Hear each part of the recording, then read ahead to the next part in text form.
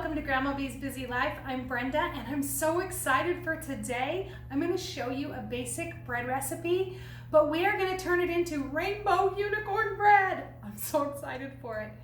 If you just found my channel and you are new here, please consider subscribing, hitting the like button, leaving a comment. All of those things help my channel so that I can get my videos out to more people, and it also makes it so that you don't miss any of my videos. If you're returning, I'm so glad you chose to come back and watch me again. So let's get started on the rainbow unicorn bread. This is my basic bread recipe. I start with 1.5 cups of warm water. Should feel like warm bath water, not hot, but definitely warm. And then 1 teaspoon of yeast. I use instant yeast, but you can use active dry yeast. It works just the same. And then 1 teaspoon of salt and 3 cups of all-purpose flour. I don't ever put all the flour in all at once because you're looking for a specific consistency, and depending on the humidity in your air and your flour, you may need more or less flour. So I just start putting it in and I start watching. And I'm going to show you what this looks like as you look down in the bowl to help you get a good idea of how it's supposed to look.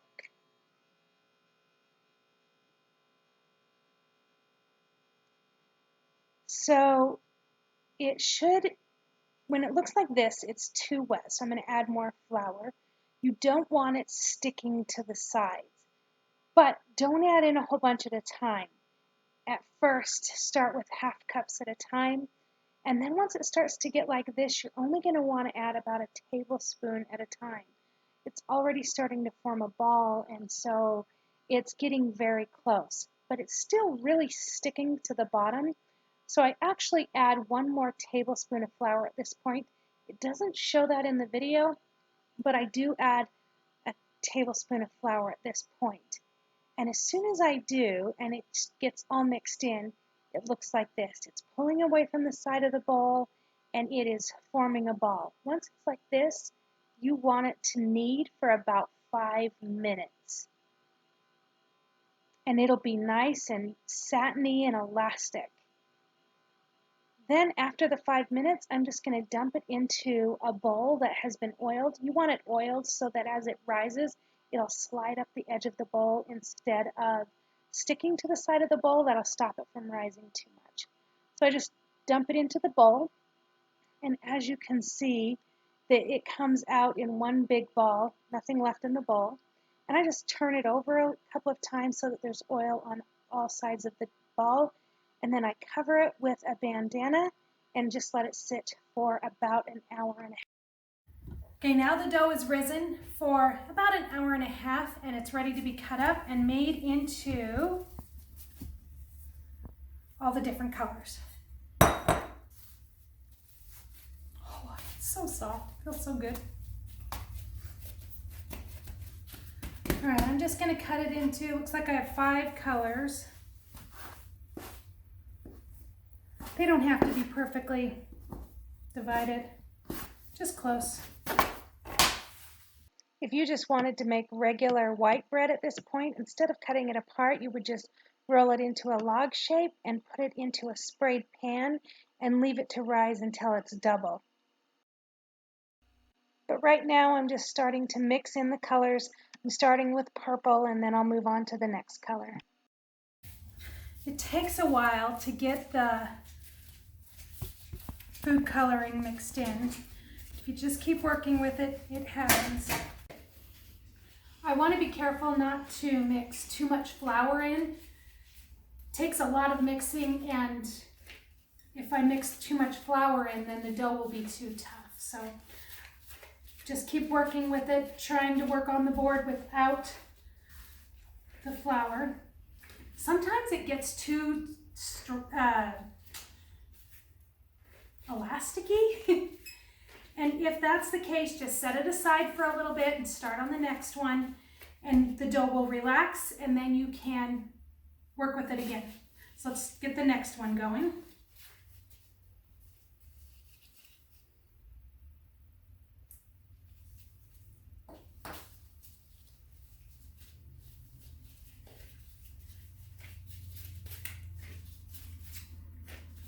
This one had been sitting there, so it's a little bit softer, but it'll tighten up, and as it tightens up, I'll just set it aside and work on the next one.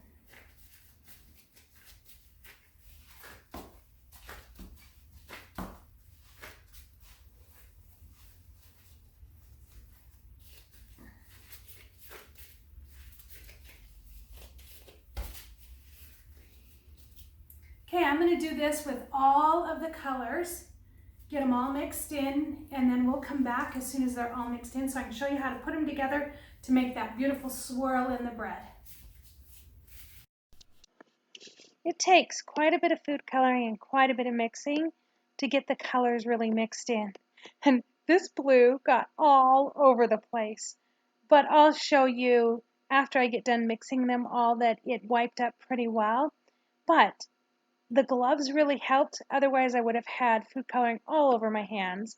And also be sure that you're mixing it on a space that it's okay if the food coloring gets on. You definitely don't want to stain your countertop. But I just have to keep working this dough until all of the blue food coloring gets mixed in really well.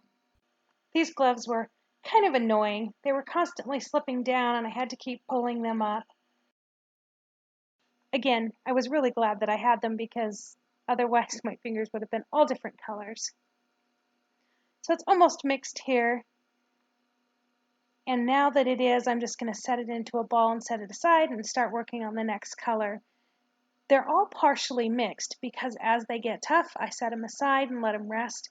And as they rest, the glutens relax, and so they're easier to work with and they're a lot stretchier and softer. I do eventually get them all mixed in. Here they all are. I have orange, green, blue, purple, and pink. And the green kind of looks like yellow, but it turned out a very lime green. Now I'm going to stretch them out before I roll them out. I just use my fingers to pull the edges and I let the weight of the dough pull it down to stretch it out into as big of a circle as possible. And then I just roll out each color. And the first color you roll out should be the first color you finished mixing because it'll be the most relaxed, so it'll be the easiest to work with.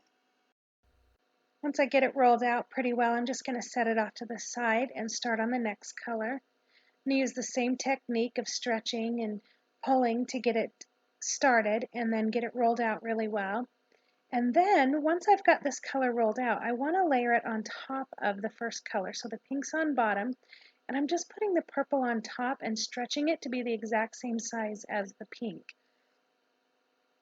Then I move on to the blue and do the exact same thing with the blue, the green, and the orange.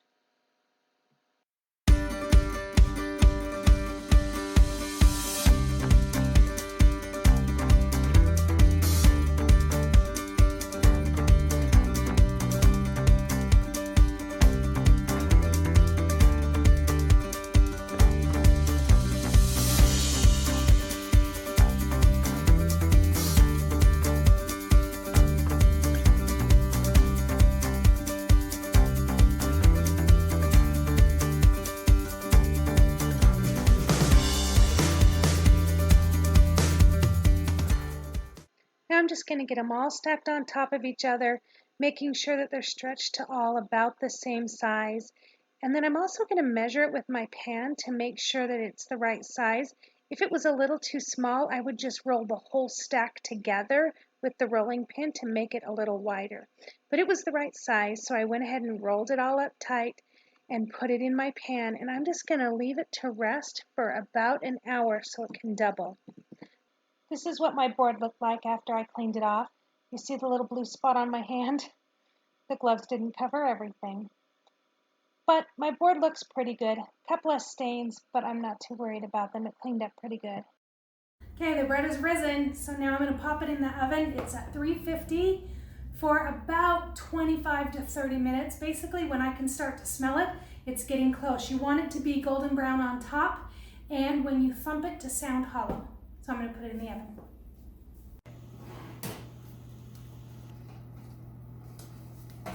Oh, so cool.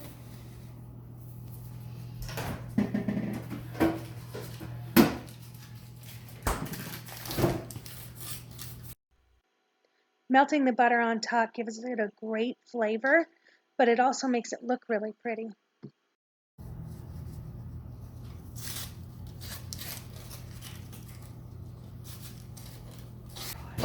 It's so cute!